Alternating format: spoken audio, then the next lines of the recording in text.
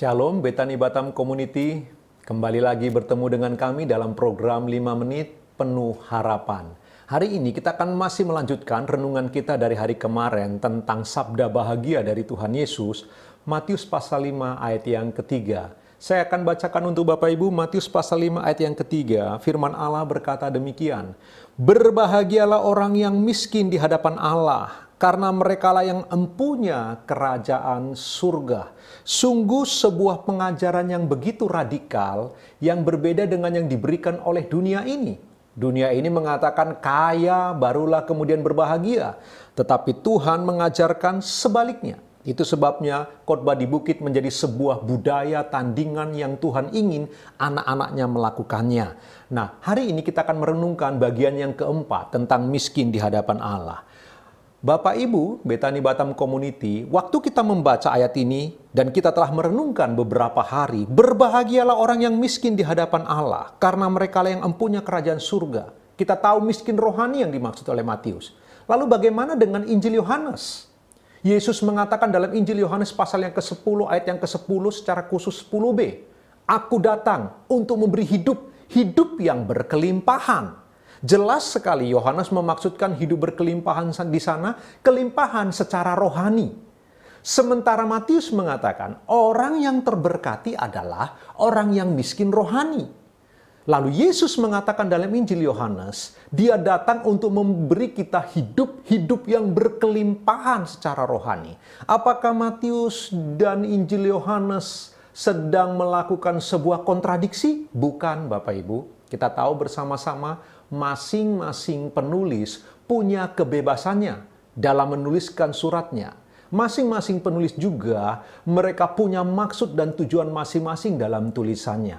Apa maksud Yohanes? Yohanes ingin memberitahu bahwa Kristus datang sungguh-sungguh akan memberi kita sebuah kelimpahan rohani, sukacita yang meluap-luap karena diselamatkan oleh Kristus, damai sejahtera yang melampaui segala akal. Pendek kata, kehidupan kerohanian yang di surga kita telah mencicipinya kini dan di sini. Itulah maksud Injil Yohanes. Tetapi Bapak Ibu, sekaya apapun kita secara rohani, kita berkelimpahan secara rohani oleh karena Kristus yang sudah mati bagi kita, Kristus yang sudah menebus dosa kita sehingga kita menikmati, tanda kutip, mencicipi karunia-karunia rohani seperti yang ada di surga, Bapak Ibu. Seberapa kaya pun dan berkelimpahannya kita tetap harus punya sistem nilai, harus punya pola pikir yang tepat bahwa kita di hadapan Sang Pencipta, kita adalah orang-orang yang miskin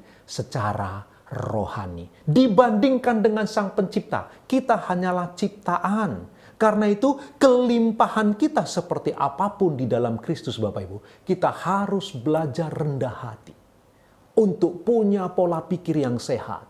Seperti apapun Tuhan membawa saya dalam level kerohanian yang paling baik, dengan karunia-karunia yang paling hebat, dengan bukti-bukti penyertaan pelayanan yang luar biasa, setinggi apapun Tuhan bawa kita tetap harus punya kerendahan hati untuk berkata, aku miskin secara rohani di hadapan Allah. Aku mengalami kebangkrutan rohani di hadapan Allah. Itulah orang-orang yang terberkati, yang tahu di dalam Kristus dia mengalami kelimpahan secara rohani, namun tetap punya kerendahan hati untuk mengakui, Tuhan, sungguh sampai kapanpun aku mengalami kemiskinan rohani di hadapan-Mu. Karena tanpa kasih karunia-Mu, aku tetap binasa.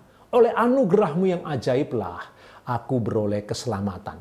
Maka sistem nilai yang seperti ini Bapak Ibu, tetap kita harus miliki. Sekali lagi, seperti apapun Tuhan pakai kita, setinggi apapun Tuhan bawa level kerohanian kita tetap harus punya konsep kerendahan hati yang seperti ini. Cara berpikir yang sehat, cara berpikir yang benar, bahwa kita miskin rohani di hadapan Tuhan. Dan sesungguhnya saya mau mengatakan ini Bapak Ibu, seperti apapun kekayaan kerohanian kita di hadapan Allah, kita tidak ada apa-apanya.